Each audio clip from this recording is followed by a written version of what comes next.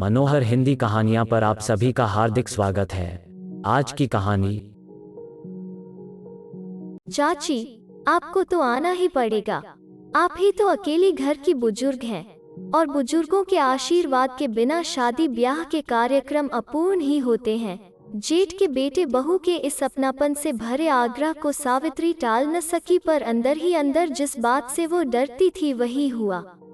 न चाहते हुए भी वहां स्वस्तिका से सावित्री का सामना हो गया। यद्यपि स्वस्तिका सावित्री की रिश्ते में नातिन थी, फिर भी वो उसकी आंख की किरकिरी बन गई थी। आराधना की मौत हुए अभी साल भर भी पूरा नहीं हुआ था, पर स्वस्तिका के चेहरे पर अपनी मां की मौत का तनिक भी अफसोस नहीं था, बल्कि वो तो अपने पति की बाहों में बाहें डाले हंसती हुई सावित्री के सामने से निकल गई थी।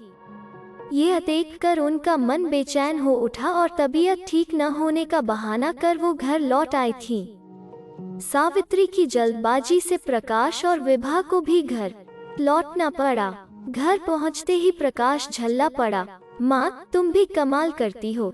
जब स्वस्तिका से अपना कोई संबंध ही नहीं रहा तो उसके होने न होने से हमें क्या फर्क पड़ता है। विभा ने भी समझाना चाहा। मम्मी जी, कब तक यूं स्वयं को कष्ट देंगी आप? जिसे दुखी होना चाहिए वो तो सरेआम हंसती खिलखिलाती घूमती है। सावित्री बेटे बहू की बातों पर चुप ही रही। क्या कहती? प्रकाश और विभा गलत भी तो नहीं थे। कपड़े बदलकर वो बिस्तर पर निढाल सी लेट गईं, पर अशांत मन चैन नहीं पा रहा था। बार बार स्वस्तिका के चेहरे में झलकती आराधना की तस्वीर आंखों में तैर जाती।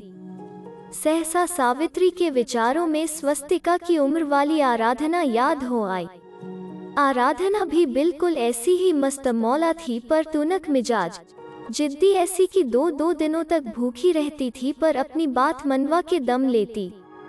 शेखर कहते भी थे कि बेटी को जरूरत से ज्यादा सिर चढ़ाओगी तो पछताओगी सावित्री।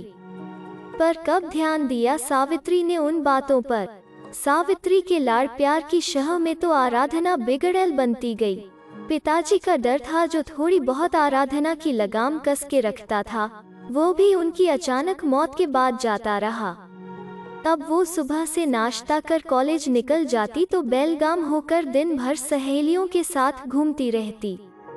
सावित्री कुछ कहती तो आराधना झल्ला पड़ती। उसका समय असमय आना जाना जरूरत से ज्यादा बढ़ता जा रहा था। प्रकाश भी अब किशोर से जवान हो रहा था। उसे दीदी का देर रात तक घूमना फिरना और रोज अलग अलग पुरुष मित्रों का घर तक छोड़ने आना अटपटा लगता, पर क्या कहता वो। कहता तो छोटे मुंह बड़ी बात होती। एक दो बार प्रकाश ने माँ से कहने की कोशिश भी की, पर आराधना ने घुक दिया। तुम अपना मन पढ़ाई में लगाओ, मेरी चिंता मत करो। मैं कोई नासमझ नहीं हूँ, अपना भला बुरा अच्छी तरह समझती हूँ। प्रकाश ने माँ की ओर देखा, पर वो भी बेटी का समर्थन करते हुए बोली, प्रकाश तुम छोटे हो अभी।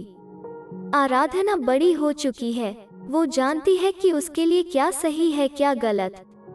सावित्री ने आराधना को नाराज होने से बचाने के लिए प्रकाश को चुप तो कर दिया, पर मन ही मन वो भी आराधना की इन हरकतों से चिंतित थी। फिर भी मन के किसी कोने में यह विश्वास था कि नहीं, मेरी बेटी गलत कदम कभी नहीं उठाएगी। पर कोरे निराधार विश्वास ज्यादा समय तक कहाँ टिक पाते हैं। आखिर वही हुआ जिसकी आशंका सावित्री को थी। एक दिन आराधना बदले रूप के साथ घर लौटी। साथ में खड़े व्यक्ति का परिचय कराते हुए बोली, माँ, ये हैं डॉक्टर मोहन शर्मा। आराधना के शरीर पर लाल सुर्ख साड़ी, भरी मांग देख सावित्री को सारा माजरा समझ में आ गया, पर घर आए मेहमान के सामने बेटी पर चिल्लाने के बजाय अगले ही पल उल्टे कदमों अपने कमरे में आ गई। आराधना भी अपनी माँ के पीछे पीछे कमरे में आ गई। माँ, सुनो तो। तब क्या सुना रही हो आराधना? सावित्री लगभग रोते हुए बोली, तूने तो एक पल को भी अपनी माँ की भावनाओं के बारे में नहीं सोचा। अरे, एक बार कहती तो मुझसे, तेरी खुशी के लिए मैं खुद तैयार हो जाती। 'माँ, मोहन ने ऐसी जल्दी मचाई कि वक्त ही नहीं मिला। आराधना की बात पूरी होने से पहले ही सावित्री के मन को यह बात खटक गई। जल्दी मचाई क्यों? शादी ब्याह के कार्य जल्दबाजी में निपटाने के लिए नहीं होते। आराधना, और यह डॉक्टर मोहन कौन है, कहाँ का है, इसका घर परिवार अता पता कुछ जानती भी है तू या नहीं? माँ, डॉक्टर मोहन बहुत अच्छे इंसान हैं। बस मैं तो इतना जानती हूँ। मेडिकल कॉलेज के परिसर में इनका क्वार्टर है जहाँ यह अकेले रहते हैं। रही बाकी परिवार की बात तो अब शादी की है तो वो भी पता चल जाएगा। माँ, मैं तो एक ही बात जानती हूँ, जिसका वर्तमान अच्छा है उसका भविष्य भी अच्छा ही होगा। तुम नाहक चिंता न करो। अब उठो भी। मोहन बैठक में अकेले बैठे हैं। यह तो ठीक है कि वर्तमान अच्छा है तो भविष्य भी अच्छा ही होगा है, पर इन दोनों का आधार तो अतीत ही होता है न। किसी का पिछला इतिहास जाने बिना इस तरह आंखें मूंद कर विश्वास कर लेना मूर्खता ही तो है। सावित्री चाहकर भी नहीं समझा पाई आराधना को, और अब समझाने से लाभ भी क्या था। सावित्री ने खुद के मन को ही समझा लिया कि चलो, आराधना ने कम से कम ऐरे गैरे से तो विवाह नहीं रचाया। डॉक्टर है लड़का, आर्थिक परेशानी की तो बात नहीं रहेगी। 2 वर्ष भी नहीं बीत पाए और एक दिन वही हुआ जिसका डर सावित्री को था। आराधना मोहन द्वारा मार खाने के बाद 6 माह की स्वस्तिका को लेकर मायके आ गई थी। मोहन पहले से विवाहित 2 बच्चों का बाप था। आराधना से उसने विवाह मंदिर में रचाया था, जिसका न कोई प्रमाण था न ही कोई प्रत्यक्षदर्शी। बिना पूर्व तलाक के जहां यह विवाह अवैध सिद्ध हो गया, वहीं स्वस्तिका का जन्म भी अवैधता की श्रेणी में आ गया। आज सावित्री को शेखर अक्षरशः सत्य नजर आ रहे थे। उसका अंतःकरण स्वयं को धिक्कार उठा। मेरा आवश्यकता से अधिक लाड, बार बार आराधना की गलतियों पर प्रेमवश पर्दा डालने का प्रयास, उसकी नाजायज जिद का समर्थन विभत्स रूप में बदलकर ही तो मेरे समक्ष खड़ा हो मुझे मुंह चिढ़ा रहा है। आराधना ने नौकरी ढूंढ ली। स्वस्तिका को संभालने का जिम्मा अब सावित्री का था। जो भूल आराधना के साथ की वो स्वस्तिका के साथ नहीं दोहराऊंगी, मन ही मन तय किया था सावित्री ने। पर जैसे जैसे स्वस्तिका बड़ी होती जा रही थी, आराधना के लाड़ प्यार ने उसे बिगाड़ना शुरू कर दिया था। सावित्री कुछ समझाती तो बजाय बात को समझने के आराधना बेटी का पक्ष लेकर अपनी माँ से लड़ पड़ती। पिता के प्यार की भरपाई भी आराधना अपनी ओर से कर डालना चाहती थी, और इसी प्रयास में वो स्वयं का ही प्रतिरूप तैयार करने की भूल कर बैठी। आराधना के मामलों में तो सावित्री हरदम प्रकाश की अनसुनी कर दिया करती थी, पर अब प्रकाश उन्हें शेखर की तरह ही संजीदा व सही प्रतीत होता। स्वस्तिका की 10वीं की परीक्षा थी। गणित में कमजोर होने के कारण आराधना एक दिन सतीश नाम के एक ट्यूटर को घर ले आई और बोली, कल से यह स्वस्तिका को गणित पढ़ाने आएगा। 22 साल का सतीश प्रकाश के मन को खटक गया, लेकिन आराधना दीदी के स्वभाव को जानते हुए वो चुप ही रहा। जब भी सतीश स्वस्तिका को पढ़ाने आता, प्रकाश की नजरें उनके क्रियाकलापों का जायजा लेती रहती। कान सचेत होकर उनके बीच हो रही बातचीत पर ही लगे रहते। प्रकाश को भय था कि आराधना दीदी की तरह ही कहीं स्वस्तिका का हश्र न हो।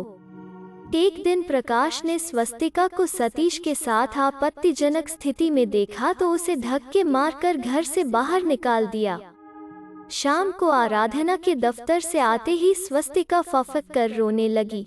मम्मी, प्रकाश मामा को समझा दो, हर समय हमारी जासूसी करते हैं। आज जरा सी बात पर सर को धक्का देकर घर से निकाल दिया। क्यों प्रकाश, यह किस तरह का बर्ताव है? बिना अपनी लाडली की गलती जाने समझे आराधना अपनी आदत के अनुसार गरज पड़ी। दीदी, वो जरा सी बात क्या है यह अपनी लाडली से नहीं पूछोगी? प्रकाश भी तमतमा गया। आराधना ने इसे अहा का विषय बना डाला। ओह, तो अब हम माँ बेटी तुम लोगों को भारी पड़ने लगे हैं, लेकिन यह मत भूलो कि कमाती हूँ, घर में पैसे भी देती हूँ, इसलिए हक से रहती हूँ। तुम्हें पसंद नहीं तो हम अलग रह लेंगे। एक मकान लेने की हैसियत है मुझ में। बात बिगड़ती देख सावित्री ने दोनों को समझाना चाहा, पर आराधना ठान चुकी थी। हफ्ते भर में नया मकान देख स्वस्तिका को लेकर चली गई। सतीश फिर उसे पढ़ाने आने लगा। न चाहते हुए भी सावित्री व प्रकाश चुप रहे। कहते भी तो सुनता कौन। उन्हीं दिनों अचानक आराधना का स्वास्थ्य खराब रहने लगा। स्थानीय डॉक्टरों ने हाथ खड़े कर दिए। मुंबई अथवा दिल्ली के बड़े चिकित्सा संस्थानों में दिखाने के लिए कहा गया। प्रकाश पुराने गिले शिकवे भुलाकर दीदी को मुंबई ले गया। आखिर भाई था वो, और उसके सिवा और कोई पुरुष था भी तो नहीं घर में जो आराधना के साथ बड़े शहरों के बड़े बड़े अस्पतालों में चक्कर काटता। डॉक्टरों ने बताया कि आराधना को कैंसर है जो अंतिम अवस्था तक पहुंच चुका है।